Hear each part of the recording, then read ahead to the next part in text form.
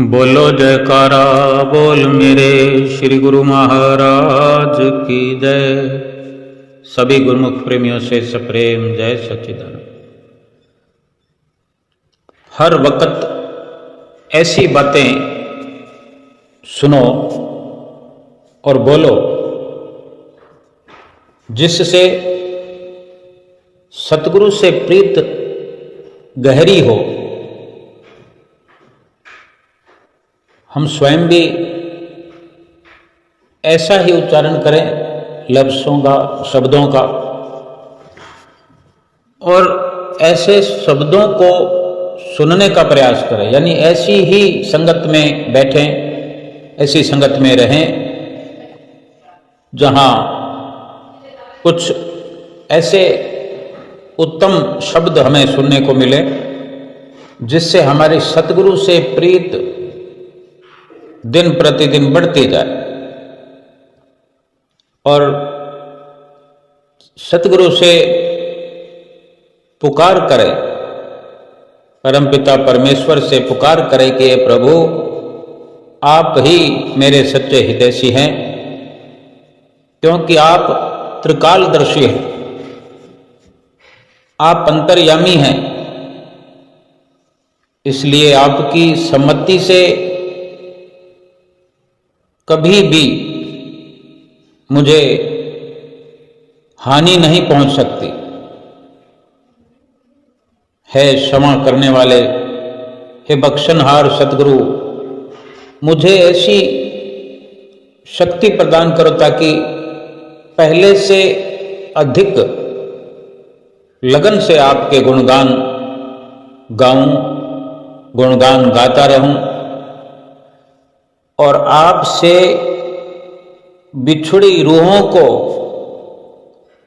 आपके साथ मिलाने का यत्न भी दिन रात करता रहूं और इस सेवा के बदले जो बड़ाई और धन पदार्थ मेरे हिस्से में आए कभी उस तरफ मुंह भी न करूं और आलसी न बनूं। कभी भी देखता हूं कि संसार में जितने भी कष्ट व क्लेश हैं सब आपकी आज्ञा का उल्लंघन करने से आते हैं। आपके वचन उनके कानों तक पहुंचाऊं जो लोग सांसारिक बातें सुनने में फिजूल समय गंवाते रहे हैं और गंवा रहे हैं और अपने मन को चंचल बनाए हुए हैं। कितनी ही आपकी पुरानी रूहें हैं जो मेरे आलस्य और लापरवाही के कारण परम सुख की खान आपसे बिछड़ी पड़ी हैं। कृपा करके आप मुझे ऐसी शक्ति प्रदान करें, ऐसा संयोग मिलाओ कि आपके पुराने प्रेमियों के आपसे अलग हुई रूहों के संपर्क में बैठ बैठ कर आपका यशगान करूं, आपका गुणगान करूं, आपकी महिमा के गीत गाऊं और अपना जो अनमोल समय है उसको सार्थक करूं। ऐसी पुकार हम करें इसलिए कि अक्सर इंसान का मन जो है, हमारा मन जो है,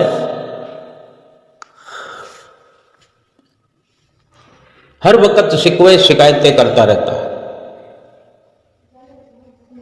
अपने दुखों का बखान करता रहता है।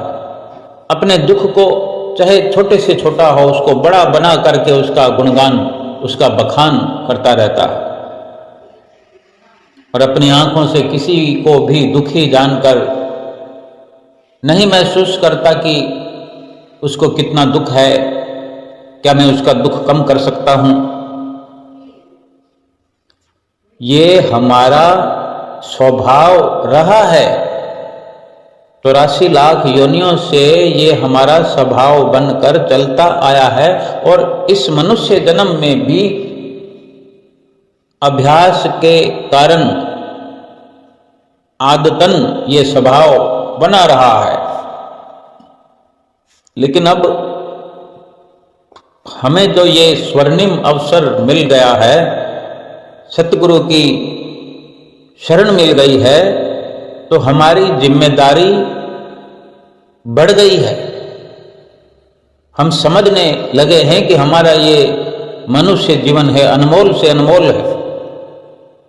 अनमोल जीवन में अगर अनमोल कार्य करना है तो वो यही है कि आप भी स्वयं हम सतगुरु के गुणगान करें और दूसरों को सुनाएं। जब हमारा विश्वास अटल होगा सतगुरु के प्रति, हमारी निष्ठा, हमारी श्रद्धा भावना सतगुरु के प्रति दृढ़ होगी, प्रीत दृढ़ होगी, तभी हम दूसरों को इस भक्ति के मार्ग पर लगा सकते हैं। दूर दूर तक हम देख सकेंगे कि कितने इस संसार के जीव भक्ति करना चाहते हैं मगर असफल हैं। कुछ जो दूरी बनी हुई है वो हम ऐसा प्रयास कर सकते हैं सतगुरु की कृपा से कि वे सतगुरु की नजदीकी प्राप्त करें, सतगुरु का गुणानुवाद सुने, सतगुरु की महिमा सुने, हमारा भी भला हो, बाकी सबका भी भला हो। ऐसा कभी ना कहें कि भगवान आपने ऐसा क्यों कर दिया, ऐसा होता तो अच्छा था। हर वक्त विश्वास के घेरे में बने रहें कि भगवान सब कुछ जानते हैं कि हमारी भलाई किसमें है। इसलिए प्रभु की मौज में चलते चले जाएं। कई लोग दुनिया के चंचलता और अनीति को आजादी समझते हैं। दुनिया के अधिकतर जीव प्राणी समझते हैं कि संसार के ये क्षणभंगुर सुखों को प्राप्त करना, संसार में अपनी मन मर्जी से चलना, ये आजादी से रहना हमारा अधिकार है। वो नहीं जानते कि सच्ची आजादी जो है, सच्ची स्वतंत्रता जो है, सतगुरु की आज्ञा में, सतगुरु की रहनुमाई में और सतगुरु की पाबंदी में चले बिना प्राप्त ही नहीं हो सकती।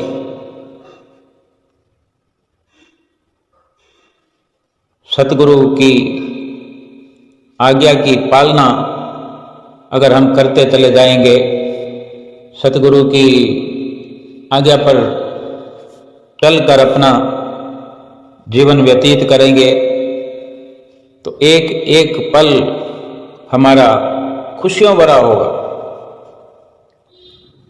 जब भी हमें वक्त मिले, समय मिले, प्रयास करें कि हमारी तरह दूसरे भी जीव गुरमुख बने, प्रेमी बने। बहुत से ऐसे अवसर हमें प्राप्त होते हैं कि हम भला कर सकते हैं, ऐसा भला कर सकते हैं, ऐसी भलाई कर सकते हैं कि इस जीवन में भी हमारा मंगल हो और परलोक भी हमारा मंगलमयी हो। दीपावली का ये पर्व सारी दुनिया मना रही है, मनाती है। अधिकतर घरों में बच्चे ये दो सवाल पूछा करते हैं अपने माता पिता से कि जब दीपावली भगवान राम के 14 वर्ष के वनवास से अयोध्या वापस लौटने की खुशी में मनाई जाती है, तो दीपावली पर लक्ष्मी पूजन क्यों होता है? राम और सीता की पूजा क्यों नहीं होती? क्योंकि बच्चे देखते हैं कि कहीं ना कहीं ये उन्हें ऐसा अवसर मिलता है सुनने का, पढ़ने का, कि भगवान श्री राम ने रावण पर विजय प्राप्त की, फिर अयोध्या पधारे राम, लक्ष्मण और माता सीता। तब अयोध्या में दीप जलाए गए, खुशियां मनाई गई, मिठाइयां बांटी गई। दिन तो वही है, लेकिन पूजा श्री राम और सीता की जगह लक्ष्मी की हो रही है। साथ में गणेश जी की पूजा हो रही है। तो बच्चे जब ऐसा सवाल पूछते हैं कि राम और सीता की पूजा क्यों नहीं हुई, और जब लक्ष्मी जी और गणेश जी की पूजा हो रही है तो फिर विष्णु भगवान की क्यों नहीं हुई, ऐसे सवाल जब बच्चे करते हैं तो अधिकतर बच्चों को जवाब ही नहीं मिल पाता, बच्चे संतुष्ट ही नहीं हो पाते। आज की शब्दावली के अनुसार कुछ लोग, युवाओं और बच्चों के मस्तिष्क में ये एक सवाल, एक प्रश्न डाल रहे हैं, जैसे कि लक्ष्मी पूजन का औचित्य क्या है, जबकि दीपावली का उत्सव राम से जुड़ा हुआ है, अपने अपने विचार के अनुसार। लेकिन ये अपने अपने विचारों का पर्व नहीं है।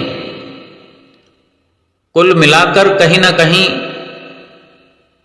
ठीक जवाब बच्चों को नहीं मिलना, या ठीक जवाब या ठीक समझ, ठीक ज्ञान हमें नहीं होना, सनातन धर्म और सनातन त्योहारों का कोई आपस में तारतम्य नहीं है। एक प्रकार से सनातन धर्म से आज का इंसान दूर होता जा रहा है। अपने बच्चों को सही इन प्रश्नों के उत्तर मिलने चाहिए, हमें भी पूरी जानकारी होनी चाहिए, जानकारी के अनुसार हमें भी कदम उठाना चाहिए। वास्तव में दीपावली का जो पर्व है ये दो युग, सतयुग और त्रेता युग से जुड़ा हुआ है। सतयुग में समुद्र मंथन से माता लक्ष्मी उस दिन प्रकट हुई थी। सतयुग में समुद्र मंथन से माता लक्ष्मी प्रकट हुई थी, इसलिए लक्ष्मी का पूजन होता है। भगवान राम भी त्रेता युग में इसी दिन अयोध्या लौटे थे, तो अयोध्या वासियों ने घर घर दीप जलाकर भगवान श्री राम का स्वागत किया था, इसलिए इसका नाम दीपावली है। और इस पर्व के दो नाम हैं, लक्ष्मी पूजन जो सतयुग से जुड़ा है, दूजा दीपावली जो त्रेता युग प्रभु राम और दीपों से जुड़ा है। लेकिन इसको ठीक प्रकार से हर कोई जानता नहीं है और न जानने की कोशिश करता है, इसलिए सवाल पूछने वाले बच्चों को ठीक से जवाब नहीं मिल पाता। लक्ष्मी और गणेश का आपस में क्या रिश्ता है, और दीपावली पर इन दोनों की पूजा क्यों होती है? लक्ष्मी जी सागर मंथन में मिली, भगवान विष्णु ने उनसे विवाह किया और उन्हें सृष्टि की, धन और ऐश्वर्य की देवी बनाया। लक्ष्मी जी को लक्ष्मी जी ने धन बांटने के लिए कुबेर को अपने साथ रखा। कुबेर कुछ कंजूस थे, वे धन बांटते ही नहीं थे, वे खुद धन के भंडारी बनकर बैठ गए। माता लक्ष्मी जो फिर उदास हो गई, नाराज हो गई, उनकी संतानों को कृपा नहीं मिल रही थी। उन्होंने अपनी व्यथा भगवान विष्णु को बताई। भगवान विष्णु ने कहा कि तुम कुबेर के स्थान पर किसी दूसरे को धन बांटने का ये काम सौंप दो। मां लक्ष्मी बोली कि यक्षों के राजा कुबेर मेरे परम भक्त हैं, उन्हें बुरा लगेगा, तब भगवान विष्णु ने उन्हें गणेश जी की विशाल बुद्धि को प्रयोग करने की सलाह दी। मां लक्ष्मी ने गणेश जी को भी कुबेर के साथ बैठा दिया। गणेश जी ठहरे महाबुद्धिमान। वे बोले, मां, मैं जिसका भी नाम बताऊंगा उस पर आप कृपा कर देना, कोई किंतु परंतु नहीं। मां लक्ष्मी ने हां कर दी। अब गणेश जी लोगों के सौभाग्य के विघ्न रुकावट को दूर कर उनके लिए धन आगमन के द्वार खोलने लगे। कुबेर भंडारी देखते रह गए। गणेश जी कुबेर के भंडार का द्वार खोलने वाले बन गए। गणेश जी की भक्तों के प्रति ममता कृपा देख मां लक्ष्मी ने अपने मानस पुत्र श्री गणेश को आशीर्वाद दिया कि जहां वे अपने पति नारायण के संग न हो वहां उनका पुत्रवत गणेश उनके साथ रहे। दीपावली आती है कार्तिक अमावस्या को। भगवान विष्णु उस समय योग निद्रा में होते हैं। वे जागते हैं 11 दिन बाद देवउठनी एकादशी को। मां लक्ष्मी को पृथ्वी भ्रमण करने आना होता है शरद पूर्णिमा से दिवाली के बीच के 15 दिनों में। इसलिए वे अपने संग ले आती हैं अपने मानस पुत्र गणेश जी को। इसलिए दिवाली को लक्ष्मी गणेश की पूजा होती है। ये कैसी विडंबना है कि देश और हिंदुओं के सबसे बड़े त्योहार का पाठ्यक्रम में कोई विस्तृत वर्णन नहीं है, और जो वर्णन है वो अधूरा है। सभी ठीक प्रकार से अगर समझने की कोशिश करें, समझने की अगर जिज्ञासा हो तो अवश्य लाभ मिलता है। हम गुरुमुखों के जीवन में श्री गुरु महाराज जी ने हमेशा संसार से हटकर, संसार के विचारों से ऊपर उठकर, संसार से एक नई दिशा निकाल करके, एक रास्ता बना करके, भक्ति वाली राह चला करके हमारा मार्गदर्शन किया है, हमारी रहनुमाई की है और कर रहे हैं कि वास्तव में हम ये बाहर का जो भी पूजा पाठ का जितना भी आडंबर है, हम इनसे कहीं बहुत गहराई में, जो कि वास्तविकता है, अपने भीतर ही दीप जलाएं, भीतर ही पूजा करें, भीतर ही पाठ करें, भीतर की ओर हमें प्रेरित करते रहे हैं और कर रहे हैं।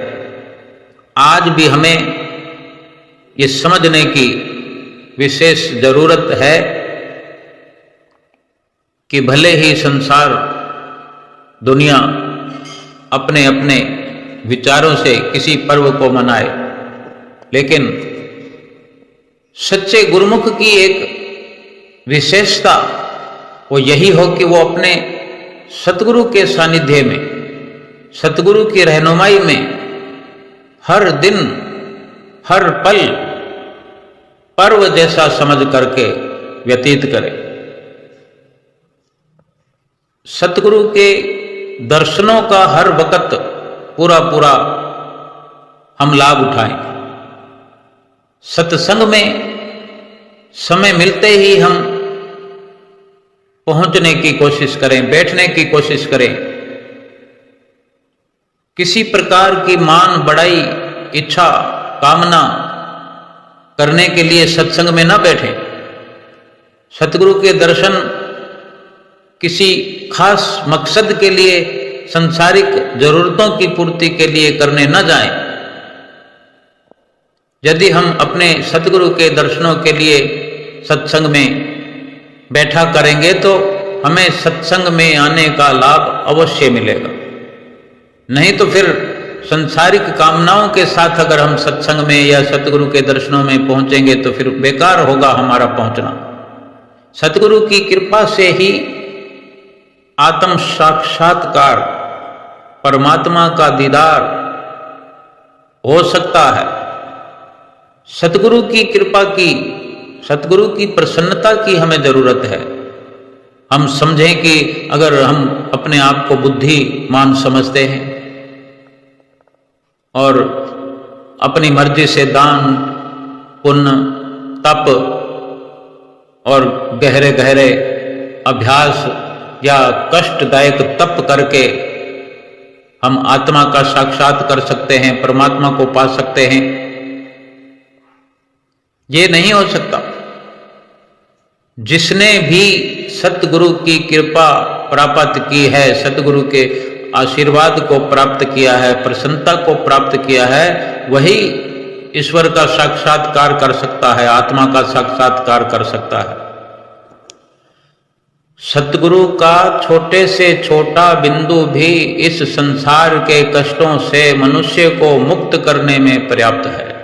यानी सतगुरु का छोटे से छोटा सुझाव, थोड़ी से थोड़ी कृपा भी हमारी मुक्ति का पर्याय, हमारी मुक्ति में पर्याप्त है। केवल सतगुरु की कृपा के द्वारा ही हम आध्यात्म मार्ग में लगातार रह सकते हैं लगकर, और तमाम प्रकार के बंधनों और आसक्तियों को तोड़ सकते हैं जो हमारे भीतर अहंकार भरा हुआ है। जो गुरु के वचनों को हम ठीक से सुनते नहीं तो समय जाया होता है। हमारे सतगुरु जो हैं पूर्ण हैं, हमें भी अपने आप को पूर्णता की ओर बढ़ना चाहिए। ऐसे परिपूर्ण सतगुरु को आत्म साक्षात्कार हुआ होता है, और ऐसे सतगुरु और ईश्वर में कोई फर्क नहीं होता, एक समान रूप होते हैं। हमारे सतगुरु जो हैं स्वयं परमात्मा हैं। ऐसे सतगुरु की सत्संग की, उनकी संगत की सहायता के बिना हमारे जीवन में परिवर्तन नहीं हो सकता, हमारे अहंकार को बाहर नहीं निकाला जा सकता। सतगुरु की संगत की अधिक से अधिक हमें जरूरत है। हम बिल्कुल भक्ति की राह में नए हैं। हमारा शुरुआती दौर है। कुसंस्कारों में हमारे कमी करने में, कुसंस्कारों को मिटाने में, अहंकार का नाश करने में सतगुरु की सहायता के बिना परिवर्तन होना बिल्कुल भी असंभव है। इसलिए सतगुरु के सत्संग में जब भी हम कदम रखें, श्रद्धा से, भाव से, और सतगुरु के जो वचन हम सदैव सुनते हैं, श्रद्धा से, भाव से उनका पूर्णता से पालन करें। किसी भी प्रकार से किसी भी पर्व को पूजा करते हुए निष्काम भाव से पूजा करें, निष्काम भाव से दर्शन करें, और हमेशा अपने सतगुरु से प्रार्थना करें कि जो भी मेरे निष्काम कर्मों का फल मुझे मिलता हो, मेरा ख्याल भी कभी उस तरफ ना जाए कि मैंने भक्ति की है, मैंने सत्संग किया है, मैंने आरती पूजा की है, या मैंने सेवा की है, या मैंने सुमरण किया है। ये बार बार विनम्र भाव से अपने सद्गुरु के प्रति श्रद्धा रखते हुए भीतर ही भीतर प्रार्थना करते रहें, पुकार करते रहें। जब हमारे सतगुरु पूर्ण हैं, जब स्वयं सतगुरु रूप में परमात्मा है और हम उनकी चरण शरण में अपनी सुरती को जोड़ चुके हैं, तो भला कुछ मांग करने की जरूरत क्या है? क्या वे हमें किसी भी सुख से वंचित कर सकते हैं? जिनकी चरण शरण अपनाने से भगवान की प्राप्ति होती है, परमात्मा की प्राप्ति होती है, 84 लाख योनियों के दुख मिटते हैं, काम क्रोध लोभ मोह अहंकार का समूल नाश हो जाता है, फिर सुख समृद्धि स्वयं अपने आप ही मिल जाती है। सुखों के भंडार में जहां हमें प्रवेश मिलता है, सुखों के भंडार का जब रास्ता खुल जाता है, मोक्ष के द्वार में हम पहुंच जाते हैं, फिर संसार की वस्तुओं की मांग क्यों करें? संसार दीपावली पर पूजा का मकसद यही समझता है कि मेरे घर में सोना चांदी धन धान्य भरपूर हो जाएगा। इसी प्रकार के मकसद को लेकर के हमें पूजा नहीं करनी। निष्काम भाव से विनम्र होकर सरल और साधारण होकर के अपने सतगुरु के चरणों में हर वक्त यही पुकार करे कि मेरा चित्त आपके चरणों में जुड़ा रहे। जो भक्ति भगवान श्री राम से भीलनी ने प्राप्त की, जो भक्ति विदुर ने भगवान श्री कृष्ण से प्राप्त की,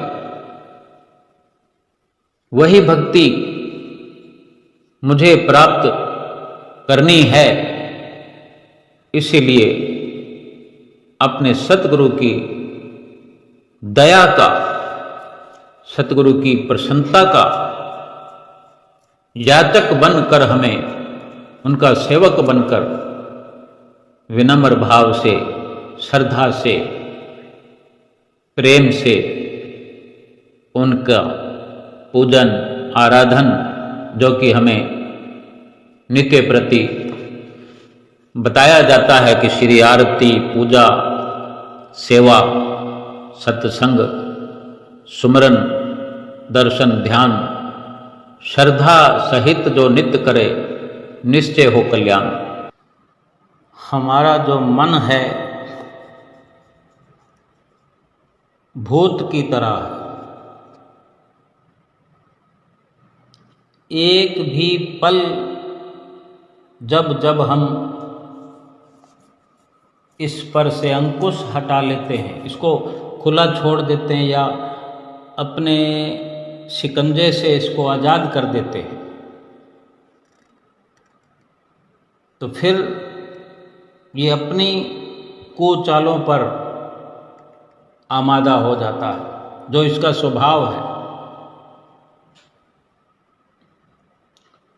अपने मन को कभी भी हम स्वतंत्र खुला न छोड़ें और श्वास श्वास करके अगर सुमरन हम करते रहेंगे, श्वास श्वास में सुमरन चलता रहेगा।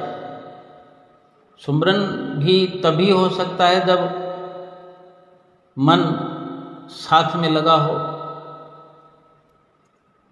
मन को हमने जोड़ा हो। सुमरन नहीं कर रहे होंगे तो मन तो छूट जाएगा हाथ से। बाकी संसार के कार्य जो हैं उसमें तो मन लगता है, सुमरन में नहीं लगता। सुमरन करने से ही ये मन हमें रोकता है, अपनी कुचालें चलता है, हमें धोखे में डालता है, हमें गिरावट की ओर ले जाता है। ये मन का स्वभाव है। इसीलिए संत महापुरुष फरमाते हैं कि श्वास श्वास सुमरन करो, वृथा श्वास न खोए, ना जाने कि अंत का यही श्वास होए। हमने जो छूट दे रखी है अगर, और संसार में तो ये मन लगा लगाया है, संसार में मन लगाना नहीं पड़ता, अपने आप से लगता है। कहीं खुशी हो, कहीं गम हो, कहीं आना हो जाना हो, तो ये तो स्वीकार करके रखा हुआ है। जैसे कि हमने समझ रखा है, मन ने ये समझ रखा है कि ये तो अपना काम है। यही सबसे बड़ी दुविधा, मन यही हमें समझाना चाहता है, मन हमसे यही करवाना चाहता है कि ये सांसारिक स्तर पर जितनी भी कार्रवाई हम करते हैं, जितना भी संसार का पसारा है, जितने भी संसार के लुभावने दृश्य हैं, जितनी संसार की प्रीत है, ये सब हम करते रहें तो मन खुशी खुशी लगा रहता है। क्योंकि ये सब करने से ही तो 84 लाख योनियाँ मिलती है, यही सब करने से तो संसार के दुख मिलते हैं, और यही सब इसलिए मन करवाना चाहता है कि मन हमेशा 84 लाख योनियों में हमारे साथ रहा है, 84 लाख योनियों में ही फिर से ले जाना चाहता है। लेकिन हम सतगुरु के प्यारे बन चुके हैं, गुरमुख बन चुके हैं। हम प्रभु से मिलना चाहते हैं, प्रभु से मिलने की तमन्ना रखते हैं। सतगुरु की शरण में आ चुके हैं और सतगुरु से शिक्षा यही मिलती है कि श्वास श्वास में सुमरन करो, मन वश में रहेगा। ये मन बहुत बड़ा बलवान है, हाथी से भी बलवान है, हाथी से भी शक्तिशाली है। समझने में ज़्यादा देर नहीं लगनी चाहिए हमें कि हाथी के सामने हमारी क्या बिसात है। ऐसे ही मन पर अगर अंकुश लगाना है, जैसे हाथी को वश में करने के लिए महावत अपने पास एक हथियार रखता है, उसको अपने तरह से अंकुश में करता है और उस पर सवारी करता है, उस पर चढ़कर जहाँ चाहे आता है जाता है। मन पर भी अगर हम अंकुश लगाना चाहते हैं तो ये संत महापुरुष हमें समझाया करते हैं कि श्वास श्वास में सुमरन करो, यानी किसी भी श्वास में सुमरन से अपने को अलग मत करो। अगर श्वास श्वास में सुमरन होता रहेगा तो मन उसमें लगा रहेगा, ना हम मन को छोड़ेंगे, ना ये अकेला होगा और ना हमें गिराने की कोशिश करेगा। और जब तक सतगुरु के चरणों में विश्वास नहीं रखेंगे तो ये फिर मुमकिन नहीं है।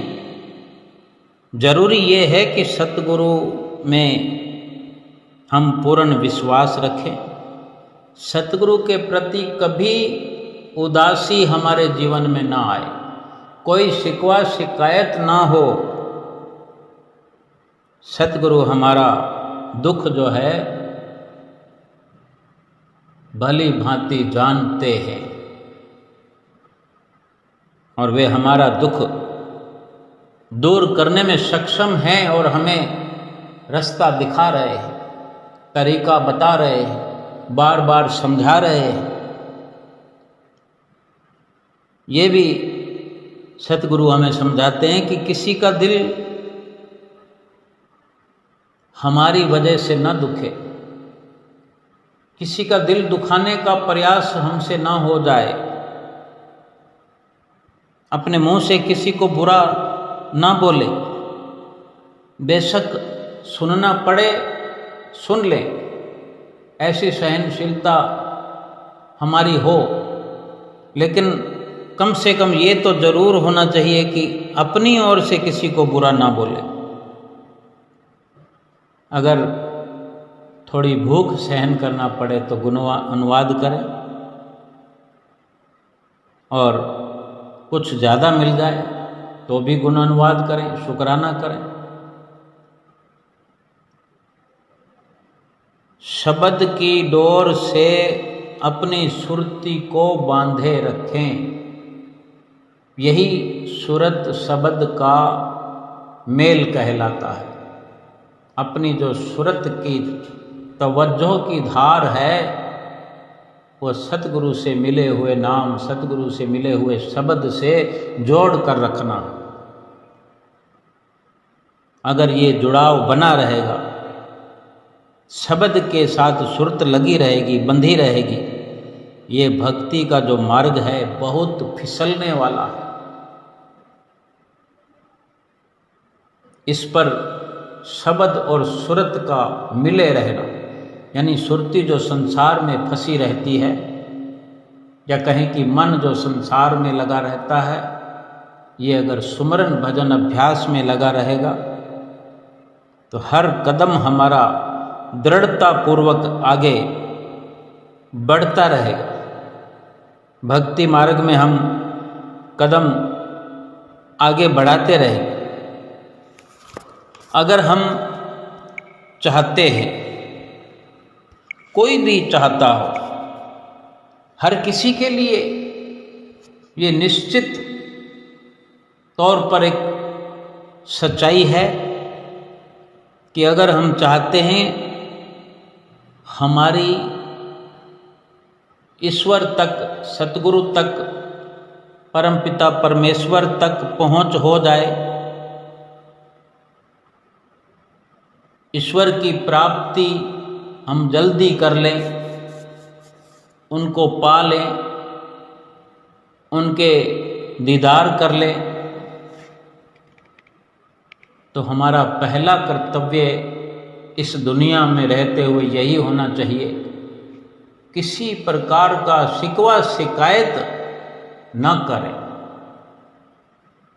और जरूर हर पल शुक्राना करते चले जाएं। शुक्रिया करने वालों की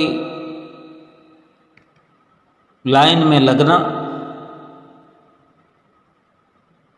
तो हमारा भाग्य बदल सकता है,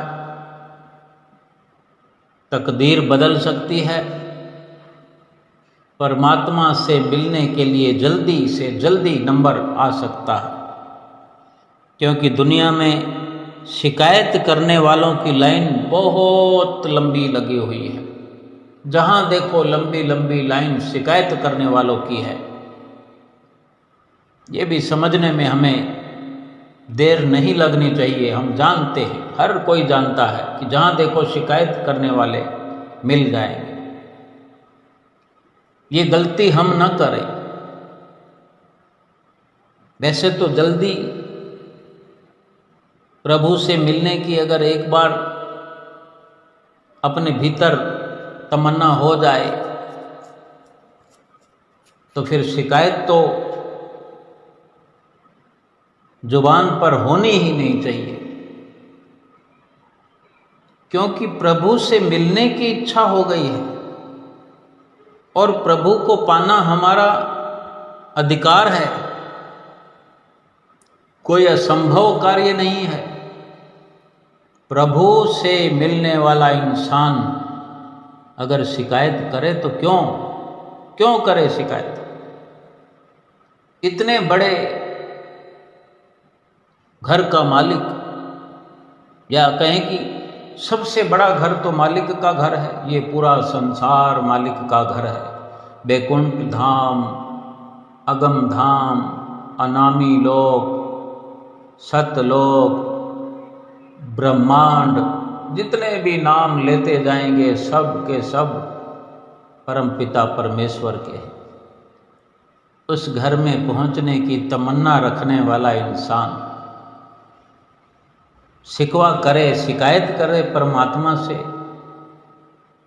जब हमें ये समझ आ जाए कि हम प्रभु से मिल सकते हैं और कोशिश भी कर रहे हों, तो फिर शिकवा शिकायत करके अपने आप को प्रभु से दूर न करें।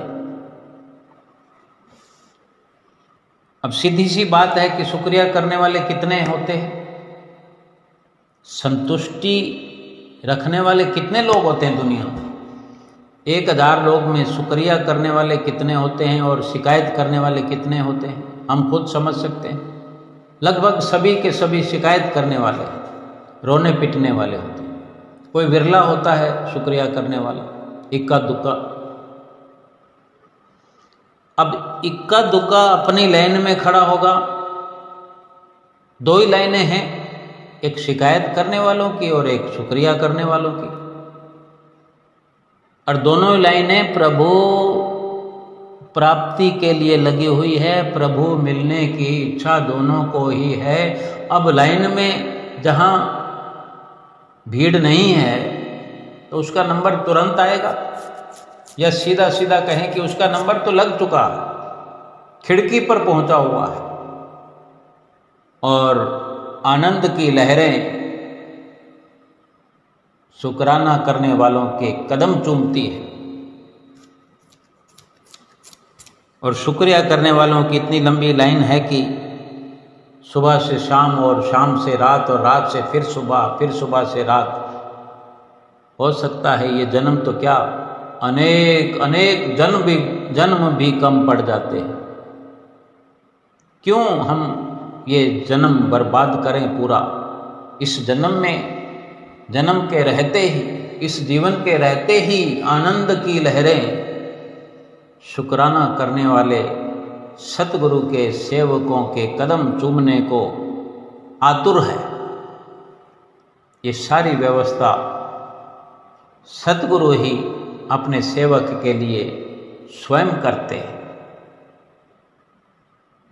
हम ईश्वर तक पहुँचाए हैं, कहीं जाना नहीं है, कुछ करना नहीं है।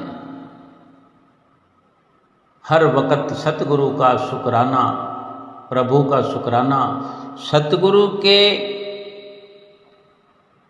जो हमें इशारे मिलते हैं, बहुत बड़ी और लाभकारी जो सतगुरु ने हमें शिक्षा दी है कि ये मन जो है भूत के समान है, हाथी के समान है। एक श्वास के लिए भी, एक पल के लिए भी अगर इसको खुला छोड़ते हैं मन को, तो गिराने लगता है इंसान को। सीधी और सच्ची बात सतगुरु ने हमें बताई है कि श्वास श्वास सुमरन करते हुए मन पर अपना हर पल, हर श्वास अंकुश रखो। जब श्वास श्वास में सुमरन होता रहेगा, गर्मी क्या, सर्दी क्या, गरीबी क्या, अमीरी क्या, भूख क्या, तृप्ति क्या, सब अवस्थाएं आती रहेंगी और जाती रहेंगी। अपने आप को सुमरन में लगा के रखो। ये सतगुरु की सीख है, ये सतगुरु का आदेश है। जो भी सतगुरु की इस प्रकार की आज्ञा पर चलने वाले हैं, उन्हें तो प्रभु परमेश्वर ईश्वर मिले मिलाए, कहीं दूर हैं ही नहीं, क्योंकि दूरियां मिटा ली है उन्होंने।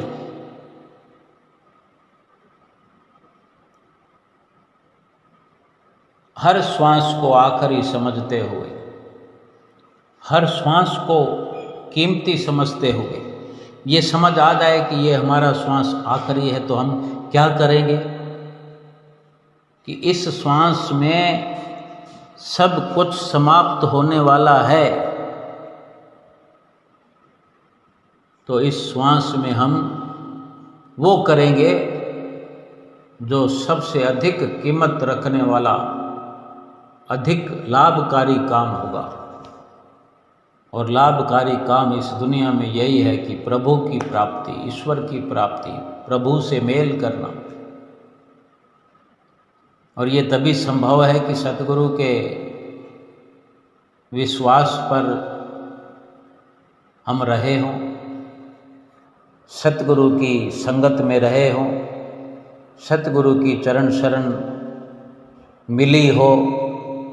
अचानक से तो नहीं हो सकता कि अभी समझ में आया, अंतिम श्वास में समझ में आया यही श्वास है अंतिम और इसी में सब कुछ कर लेंगे। कैसे करेंगे?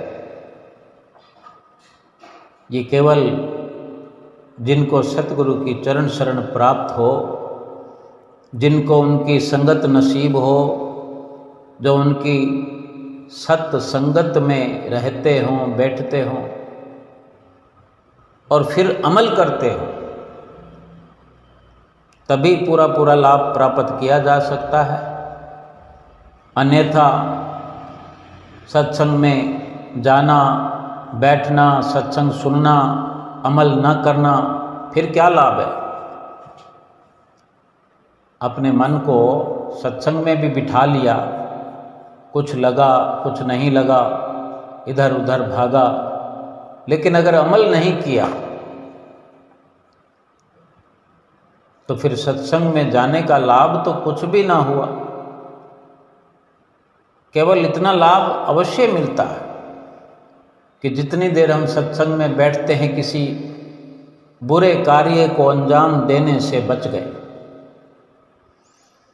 किसी प्रकार का झूठ बोलने से बच गए, किसी की निंदा चुगली करने से बच गए। हमारा समय जो है सत्संग में केवल मात्र सुनना हुआ, आँखों से सतगुरु का दीदार हुआ, संतों महापुरुषों का दीदार हुआ, जुबान खामोश रह कर के कुछ अपशब्द बोलने से बच गई, किसी कर्म बंधन में आने से कुछ समय के लिए बचाव हो गया।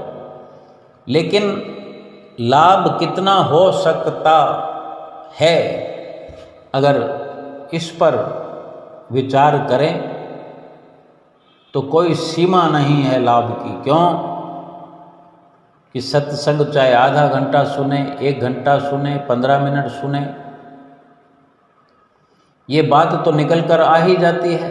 सतगुरु के वक़्त के संतों महापुरुषों के सत्संग में बैठ कर के ये बात तो सर्वोपरि हुआ करती है कि श्वास श्वास में सुमरन करो, वृथा श्वास मत खो।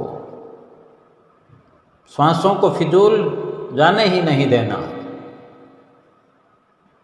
और श्वासों को फिजूल जाने देने से अगर बचाना है तो फिर श्वास श्वास प्रभु नाम का सुमरन करना है। अब हम स्वयं विचार करें कि सत्संग सुन करके अमल करते हुए श्वास श्वास सुमरन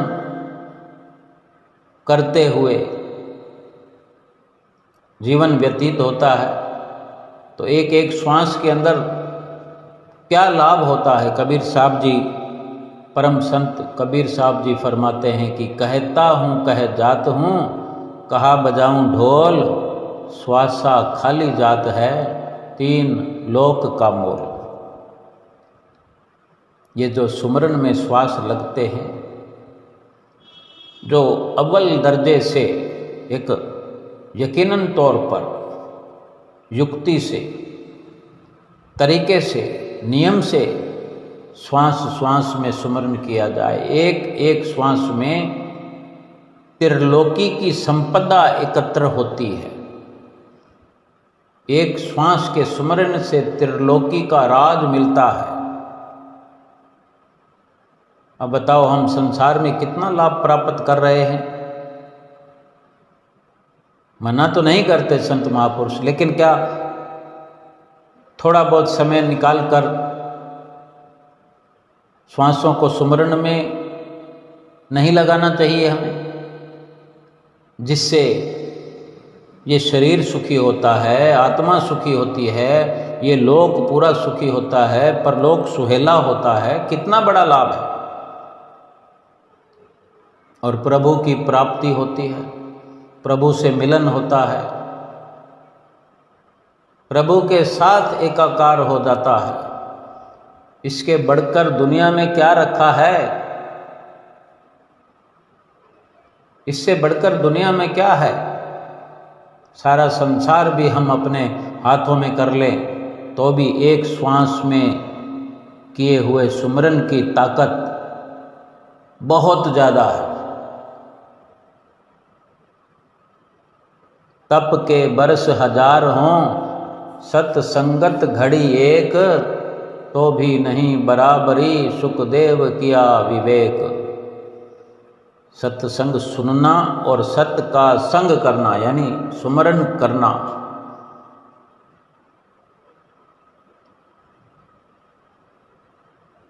एक घड़ी में सत्य का संग किया हुआ, सत्संग पर अमल किया हुआ, 1000 सालों के योग यज्ञ तप से भी कहीं भारी है।